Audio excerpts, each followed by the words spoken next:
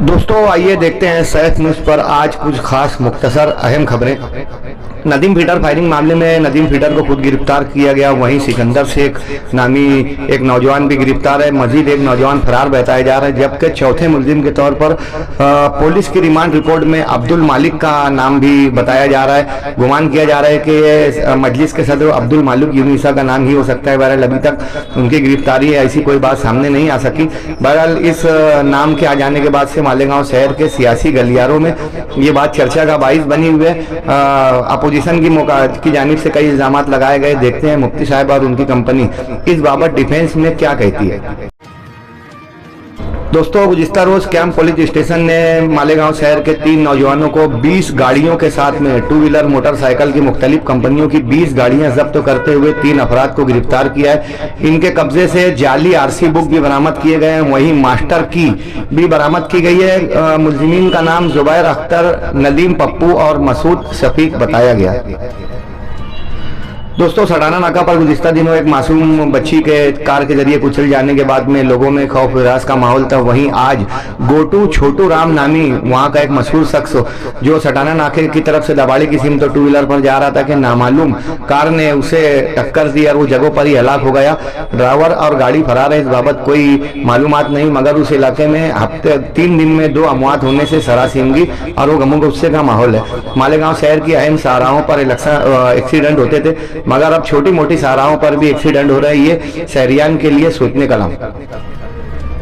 दोस्तों रमजानपुरा के अंसारी अताउर रहमान परवेज जो देवला देहात में वेल्डिंग काम के लिए अपने 5 दोस्तों के साथ गए हुए थे, करंट लगने से गुज़िश्ता कल उनकी मौत हो गई। जब लाश सिविल हॉस्पिटल लाई गई तो सुबह तक पोस्टमार्टम नहीं किया गया और लाश ताखीर से दी गई, जिसको लेकर उनके अफराद खाना और सोशल वर्करों में एहतजाज उन्होंने वहां पर मजम्मत की। इस बात की बता दें कि रमजानपुरा का अंसारी अताउर रहमान परवेज जो देवला में वेल्डिंग काम करते हुए हलाक हुआ था, उसकी तदफीन हो चुकी है। वो मशहूर साफी इब्राहिम यूथ अरगन के नवासे।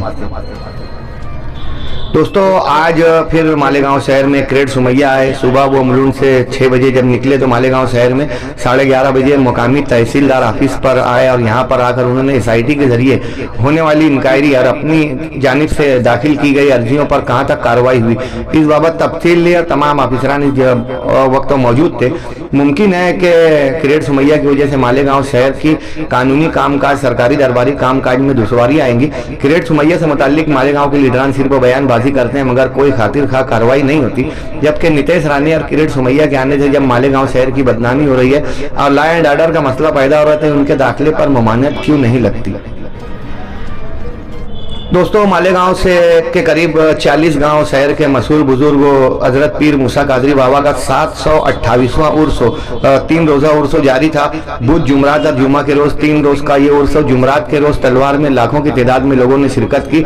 इन 3 दिनों में बड़ी तादाद में वहाँ नजर न्याज के मामला रहे। मालेगांव शहर से भी 40 गाँव उर्स में बड़ी तादाद में लोग शिरकत करते हैं।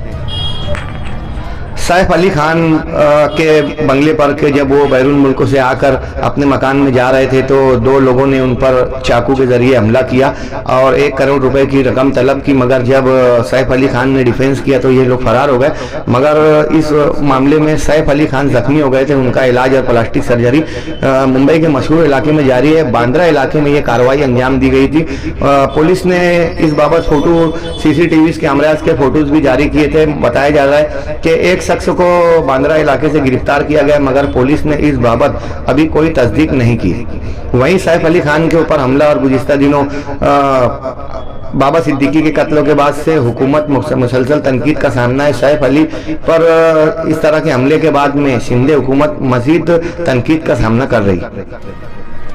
दोस्तों गुज़िश्ता 2012 में जोधपुर में आसाराम बापू को जिनसी इस्तेहसाल मामले में गिरफ्तार किया गया था और 2018 में उन्हें सजा भी सुनाई गई थी। आज 12 साल के बाद आसाराम बापू को जमानत पर रिहा किया गया। उन पर जिनसी इस्तेहसाल के अलावा दीगर भी कई मामला दर्ज हैं। तमाम मामला में जमानत के बाद में कल आसाराम बापू जोधपुर पहुंचे, जहां अकीदतमंदों ने उनका फूल हार के जरिए भरपूर और शानदार इस्तकबाल किया।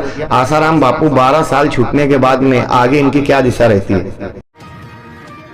दोस्तों, फ़लस्तीन और इसराइल में जंग बंदी की हम लोग कई मरतबा बातें सुन चुके हैं, मगर अब ये मुकम्मल जंग बंदी पर मुआवजा हो गया। दस्तावेज़ पर दस्तखत होने के बाद में ये मुआहदा तय पाया कि फ़लस्तीन में जो 33 इसराइली यरगुमाली हैं, इन लोगों को फ़लस्तीन रिहा करेगा, और इसराइल में जो 2000 फ़लस्तीनी कैदी हैं, इसराइल उनको रिहा करेगा। यानी 30 यरगुमालियों के बदले में 2000 कैदी रिहा होंगे और जंग बंदी यानी सीज फायर के मामला होंगे। इक्का दुक्का इसराइल की जानिब से बमबारी अभी भी जारी है, मगर अब गुमान किया जा रहा है कि इसराइल और फ़लस्तीन की जंग बंद हो जाएगी। इस बात को लेकर जहां फ़लस्तीन में जश्न मनाया गया, खुशी का इजहार किया गया, वहीं इसराइल में भी लोगों ने इत्मीनान का इजहार करते हुए जश्न मनाया जब यरगुमालियों के छूटने के अंदेशे पैदा हुए। दोस्तों, अमेरिका की आग हॉलीवुड पहाड़ियों से निकलकर तेज हवाओं के सबब अतराफ के शहरों में भी फैल रही है। कई शहर भी इससे मुतासिर हो रहे हैं। 60 लाख से जायद अफराद इससे मुतासिर हुए हैं और 30 से जायद अफराद इसमें हलाक होने की खबर है। वहीं मजमूई तौर पर 150 अरब डॉलर का नुकसान बताया जा रहा है। अमेरिका की तारीख में सबसे बड़ी लगने वाली ये आग तेज हवाओं की वजह से मजीद फैल रही है, जबकि अमेरिकी इंतजामिया इस पर काबू पाने में नाकाम।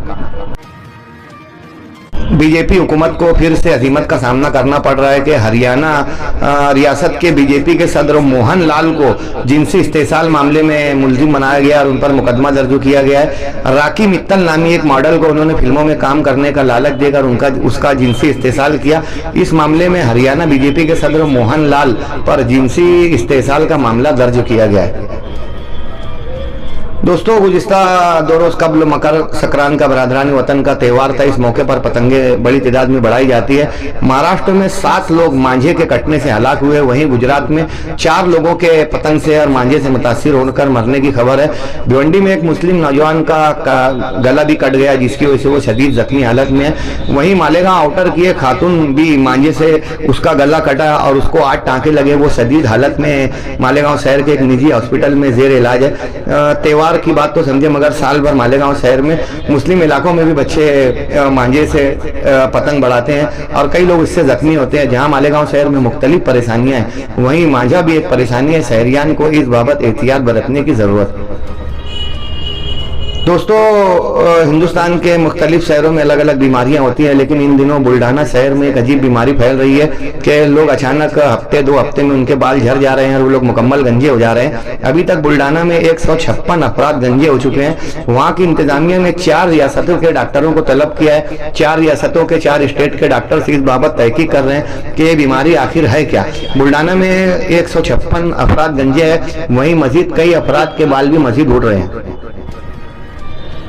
दोस्तों, यूपी में फिरका परस्ती का जो जोर बढ़ने के बाद में मध्य प्रदेश भी कहीं इस मामले में पीछे नहीं है। यूपी की बराबरी में यहाँ बुलडोजर भी अक्सर चलते नजर आते हैं और अलग अलग तरीके के फैसले भी होते हैं। गुज़िश्ता दिनों वजीर आला ने एक जलसे में ऐलान किया और के एमपी के मध्य प्रदेश के 11 ऐसे देहात जिनके नाम मुस्लिम नामों से मंसूब थे, ऐसे 11 देहातों का नाम तब्दील किया गया है, जिनमें बिलखुसूस मुख्तारपुर का नाम घोटीपुर कर दिया गया है, हुसैनपुर का नाम रामपुर कर दिया गया, वहीं मोहम्मदपुर का नाम मोहनपुर कर दिया गया। 11 देहातों के नाम तब्दील करने के बाद वजीर आला ने ऐलान किया कि जल्द ही बड़े शहरों के भी 7 मजीद ऐसे बड़े शहरों के नाम भी तब्दील किए जाएंगे जो मुस्लिम नामों से आबाद है, यानी शाहजहानाबाद, सुल्तानपुर, बेगमगंज वगैरह ऐसे 7 शहरों के नाम भी तब्दील किए जाएंगे।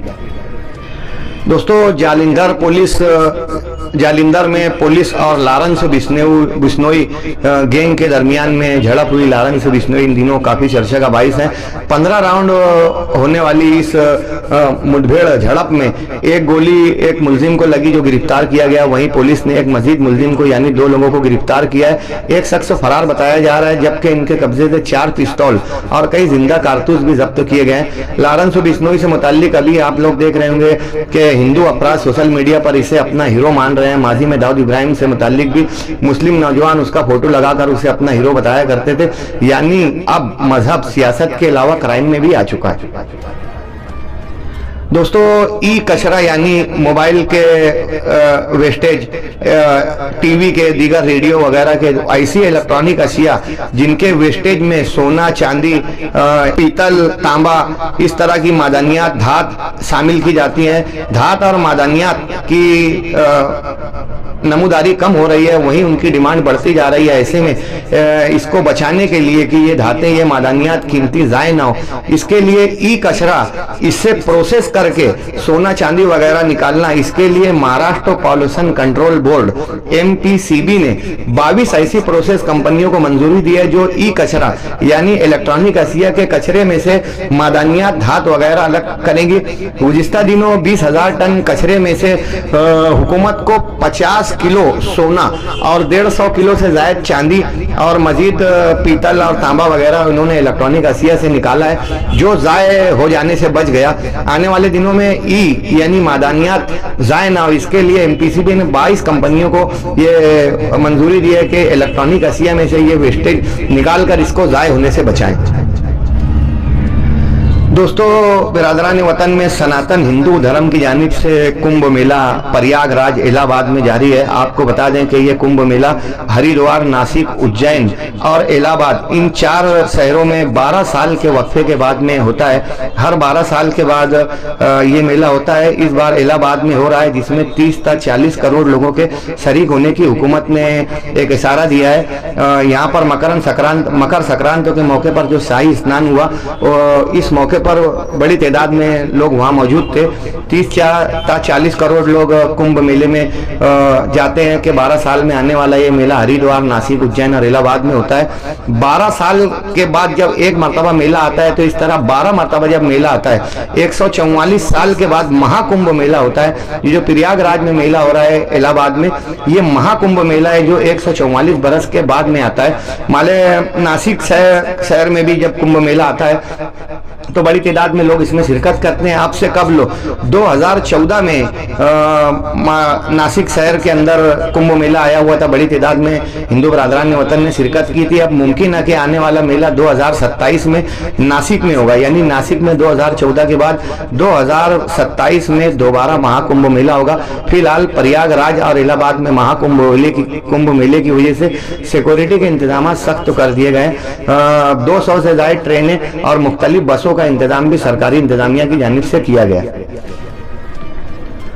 दोस्तों, कलकत्ता द पावर बिजली company, Malegaon power supply limited MPSL, इस निजी कंपनी की पावर कंपनी की रेशदवानियां मालेगांव शहर में दिन ब दिन बढ़ती जा रही हैं। फास्ट मीटर, जायद चार्जेस वसूली में सख्ती, कनेक्शन कट कर दिया जाना और लोगों पर मुकदमा दर्ज करवाना, इस बात को लेकर मालेगांव शहर में हमेशा शिकायत रहती है। वहीं बिजली का निज़ाम हमेशा ठप हो जाता है और तकनीकी खराबी के बायस कई महलों को कई रातों तक अंधेरे में रहना पड़ता है, जिसकी वजह से वहाँ की रोजगार, वहाँ की रोजमर्रा की जिंदगी मुतासिर होती है। मालेगांव शहर में बिजली कंपनी से मुतालिक बढ़ती नाराजगी को लेकर कहीं से भी ये मुमकिन नजर नहीं आता कि आगे इसमें कहीं ना कहीं से सुधार होगा। मालेगांव शहर के लीडरान सिर्फ बोलते हैं, मगर MPSL कंपनी पर कोई कमान नहीं लगा पाता। आने वाले दिनों में इसके मजालिम कितने बढ़ेंगे और शहरियान इस बाबत कितना परेशान होंगे। दोस्तों, पुलिस इंतजामिया की जानिब से एक प्रेस नोट मौसूल हुई है, जिसमें बताया गया है कि वजीर आला की इमा पर महाराष्ट्र की तमाम पुलिस स्टेशनों में 100 दिन का एक अवामी राब्ता जारी किया गया है, जिसमें रोजाना 3:30 बजे से 5 बजे तक आवाम से मिलने के लिए ऑफिसरान पुलिस इंतजामिया को वक्त दिया जाएगा। यानी 3:30 100 दिन के अंदर 100 दिन तक दोपहर 3:30 बजे से 5 बजे तक ऑफिसरान से आवाम बराह रास्त मुलाकात कर सकती है। वहीं हर शनिचर को, इन 100 दिनों में हर शनिचर को सुबह 10 बजे से रात 10 बजे तक लोकशाही दिन रहेगा। इस दरमियान लोग अपनी तकरार और अपने तनाजात लाकर हल करवा सकते हैं। 100 दिन के इस मरहले से मुमकिन है कि पुलिस इंतजामिया का बोझ कहीं ना कहीं से कम